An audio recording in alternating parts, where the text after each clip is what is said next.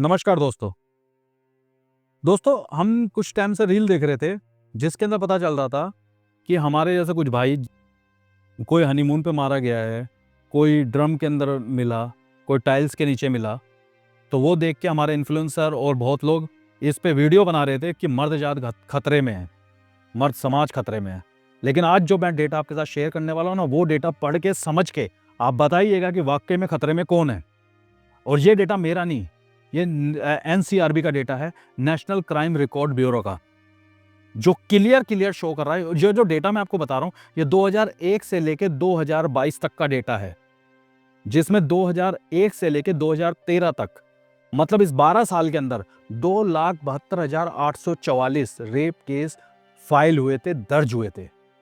और 2014 से लेके 2022 तक, मतलब इन 8 सालों में 2,99,520 केस दर्ज हुए हैं, जिसके अंदर कोविड के 2 साल घटा दीजिए। और अगर मैं उस 12 साल से इसको कंपेयर करूं तो 4 साल अभी बाकी हैं, जिसमें ऑलरेडी 37% बढ़ चुका है। अभी हम खुद सोचें कि ये रेशो किस हिसाब से बढ़ रहा है, किस हिसाब से चल रहा है, कहां हम जी रहे हैं आज की डेट में। और इसके अंदर अगर मैं मेरे राज्यों की बात करूं तो राजस्थान का नाम अगर इसके अंदर आ तो सबसे टॉप पे आ रहा है। जो 2001 से 2013 का जो टाइम था, उस टाइम 19,000 केस दर्ज हुए हैं, और 2014 से लेकर 2022 तक इसके अंदर 41,742 केसेस दर्ज हो चुके हैं, 119% की बढ़ोतरी के साथ। और देश विकास कर रही है। यही हम अगर उत्तर प्रदेश की बात करें, हमारे योगी महाराज की बात करें, तो 2001 से 2013 के बीच में 22,108 केस दर्ज हुए थे, और अब इस 8 साल में 31,869 केस, 44% की बढ़ोतरी से इनके पास दर्ज हो चुके हैं। और कितने केसेस इसमें आए भी नहीं होंगे, दर्ज भी नहीं होंगे, वो अलग है। 2017 तक जो रेप के बाद मर्डर हो जाया करता था, उसको मर्डर केस में डाल दिया जाता था, लेकिन 2017 से उसको भी रेप केस में गिन रहे हैं। अगर वो देखा जाए तो 2017 से लेकर 2022 तक टोटल 5 साल के अंदर 1551 ऐसी मिनिमम हत्याएं हुई हैं, जिनका सोच के बिना रोंगटे खड़े हो जाते हैं कि उसके आगे शब्द नहीं होते। जिसके अंदर से यूपी 280 हुए, एमपी 207 हुए, और बाकी अगर हम देखना चाहेंगे तो हर स्टेट में अलग अलग इसमें काउंटिंग जाएगी, लेकिन ऊपर में सबसे टॉप में ये है। हर हफ्ते कम से कम 5 बच्चियों के साथ ये हो रहा है। अब आप बताइए कि हम किस राह में जा रहे हैं और किस तरफ जा रहे हैं। अगर इसको एज रेशियो से आप देखेंगे ना कि कौन सी एज के बच्चों के साथ ये हो रहा है, तो अंदर से जो रूह है ना, वो कांप उठेगी। 0 से 6 साल जो बच्ची अभी पैदा हुई है ना, उससे लेकर 6 साल तक की बच्चियां, अभी तक 23,000 से ज्यादा रेप हो चुके हैं। 7 साल से 12 साल की बच्चियां 46,000 से ज्यादा, और 13 साल से 18 साल की बहनें 2.25 लाख से ज्यादा। 33% से ज्यादा तो बेचारी नाबालिग बच्चियां हैं, वो बच्चियां जिनका कोई कसूर नहीं है, कोई शब्द नहीं है अभी बोलने के लिए। इसमें क्या बोलें क्या ना बोले। गवर्नमेंट इस पे फास्ट ट्रैक पर रिजल्ट क्यों नहीं ला रही है? क्यों? अभी आप अगर रेशियो देखेंगे तो टोटल 7% केस में सजा मिली है। 93% तो अभी गवर्नमेंट के पास पेंडिंग पड़े हैं। वो किस लिए पेंडिंग रख रखे हैं उन्होंने, हमें नहीं पता, और क्यों पेंडिंग रख रखे हैं नहीं पता। मैं सिर्फ एक सवाल जानना चाहता हूं कि उनको सजा आगे क्यों नहीं दी जा रही, क्यों लोगों को बढ़ावा दिया जा रहा है। SC ST के बारे में बात करूं, जो हमारी कम्युनिटी है, उनके साथ अगर रेशियो देखा जाए तो 100 में से अगर 100 रेप हुए हैं ना, तो 90 की तो फाइल ही दर्ज नहीं होती है। ये रिकॉर्ड है आज की डेट में।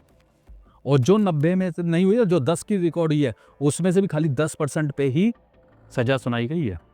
70% तो अभी पेंडिंग चल रहे हैं, जिसमें 15 साल से ऊपर के अलग हैं। और इसमें अगर कोई विधायक का या फिर किसी और मंत्री के बच्चे होंगे, या कोई इन्वॉल्व होंगे, या बड़े लेवल का कोई इन्वॉल्व होगा, पैसे वाला इन्वॉल्व होगा, तो वो केस ही नहीं दर्ज होगा। ऐसे कई केस है जो दर्ज नहीं हुए। आज हम पूरा देश रोया था, पूरा देश 2012 में जब निर्भया कांड हुआ था दिल्ली का, पूरा देश रोया था, मोमबत्ती ले लेके सब चले थे। उस वक्त कोर्ट से अपील करी गई थी कि इसको फास्ट ट्रैक पे दिया जाए, जो सबके सामने था। राम सिंह ने खुद फांसी लगाई। 8 साल के बाद वो रिजल्ट आया जिसके अंदर से वो एक नाबालिग को उन्होंने छोड़ दिया। अगर वो नाबालिग था तो साले ने रेप कैसे करा? उसको क्यों नहीं चढ़ा दिया फांसी पे? उसको क्यों नहीं चढ़ा दिया? इन लोगों के कारण, इनको पता है 8 साल 10 साल 20 साल हमारा केस चलता रहेगा और अमेरिका घूमते रहेंगे। ऐसों के कारण ही ना ये हाथरस का कांड हुआ।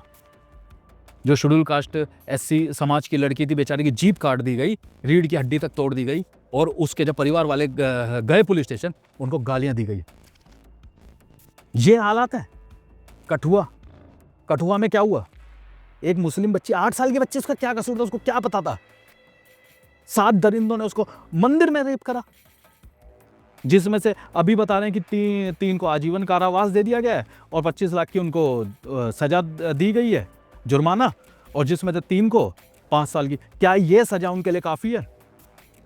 उन्नाव केस विधायक ने किया, विधायक अभी घूम रहा है बाहर। क्यों ये चीजें हो रही हैं? क्यों इन सारे केसों को फास्ट ट्रैक पे नहीं लिया जाता? आज हम सबको जरूरत है एक आवाज बनने की,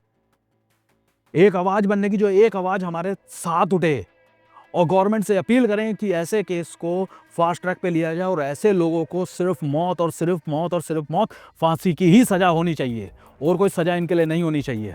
कोई कारावास नहीं, कोई जुर्माना नहीं, कुछ नहीं, सिर्फ सजा है मौत, सजा है फांसी, और कुछ नहीं।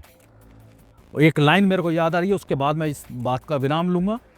लेकिन आप सबसे ये रिक्वेस्ट करूंगा एक बार कि इस वीडियो को उस तक जरूर पहुंचाएं जो एक आग बनना चाहता है, कानून के साथ, कानून को ये प्रेशर देना चाहता है कि वो ऐसे फैसलों को जल्द से जल्द फास्ट ट्रैक पे ले, और उनको 15 साल नहीं, 15 दिन में उनके फैसले सुनाए, फांसी की सजा सुनाए। चुप रहा जो अब वो गुनहगार है। जुल्म पर खामोशी भी एक हथियार है। नमस्कार, जय हिंद, जय भारत।